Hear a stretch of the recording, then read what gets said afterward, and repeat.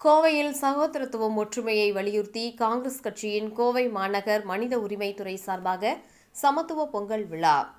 கோவையில் காங்கிரஸ் கோவை மாநகர் மனித உரிமை துறையினர் சார்பாக பொங்கல் விழாவை முன்னிட்டு புளியகுளம் முந்தி விநாயகர் கோவிலுக்கு வந்த பக்தர்களுக்கு கரும்பு மற்றும் பொங்கல் வழங்கப்பட்டது.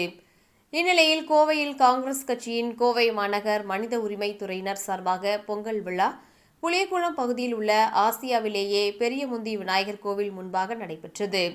மனித உரிமை துறையின் மாவட்ட தலைவர் ஜெரால்டு வில்சன் தலைமையில் நடைபெற்ற இதில் மாநில பொதுச் செயலாளர் இமயம் ரஹமத்துல்லா, பொதுச் செயலாளர் ஜான்சன் ராஜா ஆகியோர் முன்னிலை வகித்தனர். விழாவில் சிறப்பு அழைப்பாளராக INTUC தலைவர் கோவை செல்வன், முன்னாள் மாமன்ற உறுப்பினர் சோபனா செல்வன் ஆகியோர் கலந்து கொண்டனர். முன்னதாக விநாயகருக்கு சிறப்பு அபிஷேகங்கள் செய்யப்பட்டு அதனைத் தொடர்ந்து கோவிலுக்கு வந்த பக்தர்களுக்கு கரும்பு, பொங்கல் வழங்கப்பட்டது. சகோதரத்துவம் ஒற்றுமையை வலியுறுத்தி நடைபெற்ற இந்த விழாவில் கோவை மாநகர் மனித உரிமைத்துறை நிர்வாகிகள் ஷனவாஸ், ஆண்டனி பிரிட்டோ, கோட்டை முத்து, சசிகுமார், தாமஸ், மணிகண்டன் உள்பட பலர் கலந்து கொண்டனர்.